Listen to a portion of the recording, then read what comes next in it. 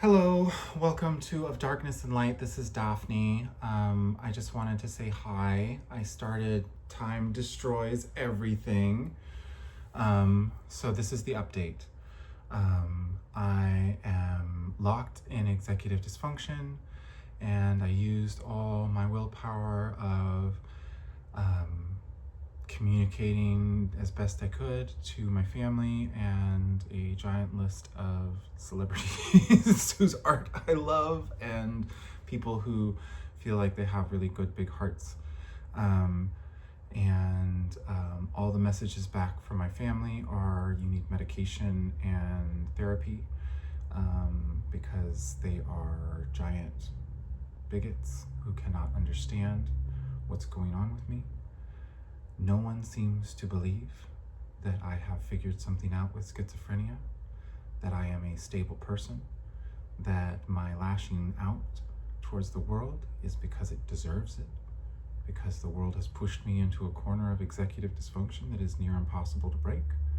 And so I'm here with like next to no money, without the ability to really take care of myself financially, making the wrong decisions with my money, not really able to manage any of that, without family to hold me through it, without any support to walk me into bankruptcy, without anybody who is willing to sit there and be like, you know what?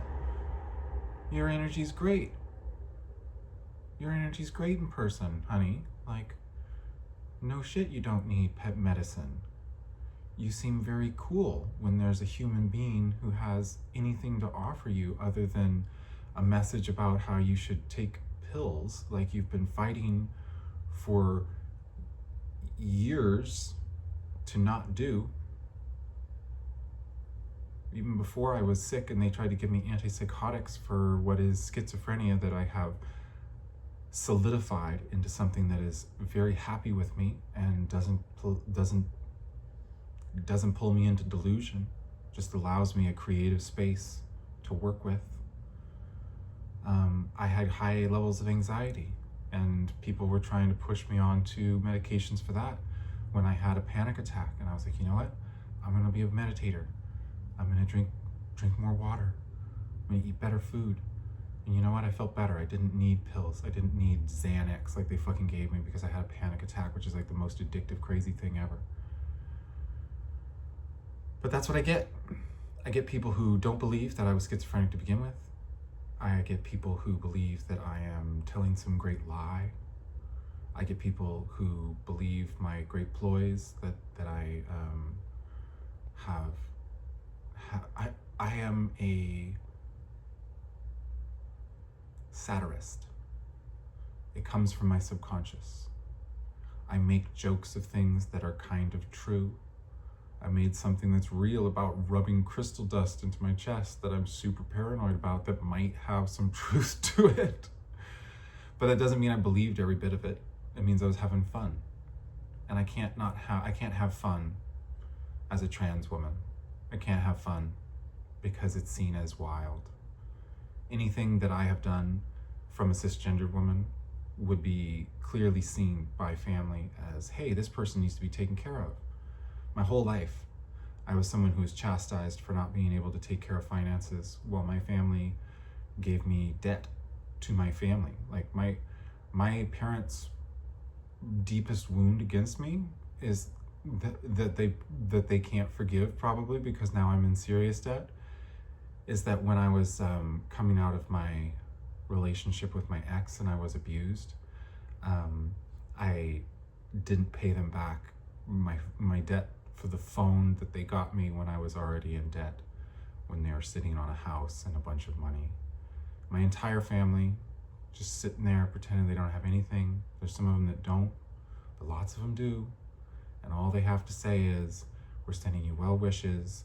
I hope you get therapy and medication because you clearly need it, because we're retarded, because we can't see a genius in front of us when they're a trans woman, because we have such cognitive dissonance over the bigotry that we hold over all trans feminine people.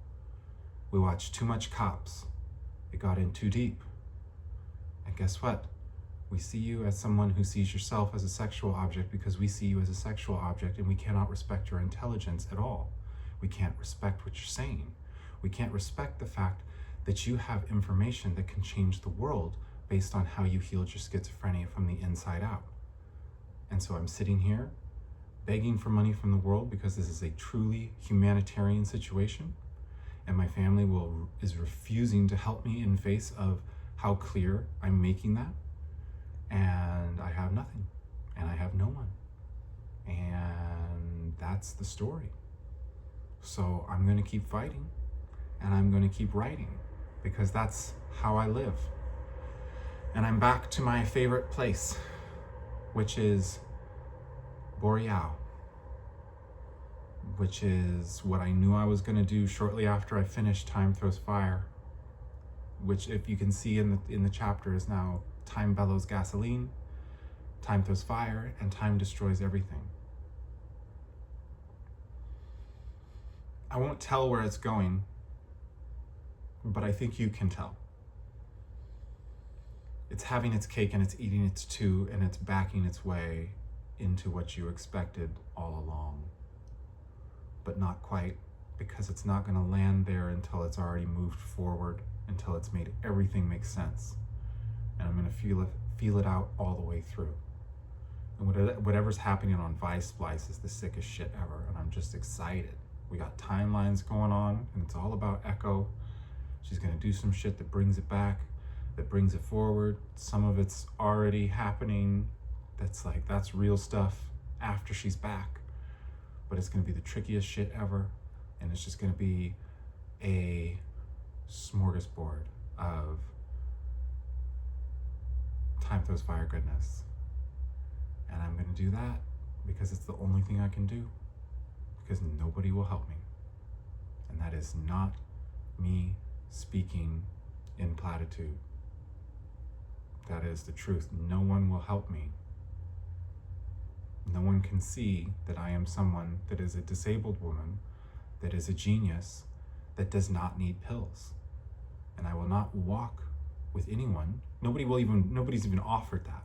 They offer messages about how you need to talk to therapists to be on pills. Bitch, I talked to therapists. That's how I got to where I am.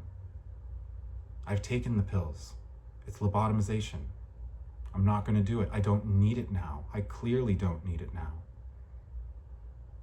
Anyways, I'm really smart, and I figured out something about schizophrenia that's very real. And I'm a pretty good writer. And I think somebody should save my fucking life, dude. So anyways, that's what I'm putting out there. Apologies if I've hit you in that impossible way where I balance all of my humor and my horror and my sadness and my insult in a way that leaves you feeling stuck. That seems to be what my subconscious does, is get people stuck. I need a hero. I need heroes. I need people who care. I need people who give a shit. I need people who can see the latent trans misogyny in everything and get past the part of them that wants to pretend me a psycho. Because I'm not. Because I'm a woman, and I'm an ingenious creative.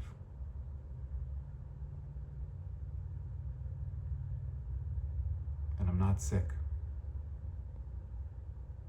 but I'm disabled. And that's cool. If somebody can realize that I am still living through torture every moment. And I have been since somebody blocked me, dude. Because nobody's cared once. Nobody's cared. They think I'm the abuser. I've been abused. I've been left for dead by my family, and by a person, and by society, and by the government, and by everything. And all I've asked for is a friend. But I still write the best fiction, and I don't care to say it, because I don't care if it offends anyone anymore. And I hope someone can step up and be a human for me, because my family will not do it. And they're going to let me just ride this out into whatever that ends at. And it's not a good, if I don't get help from someone, I'm not going to be well off. And I need help for my daughter. Okay, thank you. Get ready for more Ulysses. I need to get some anger out.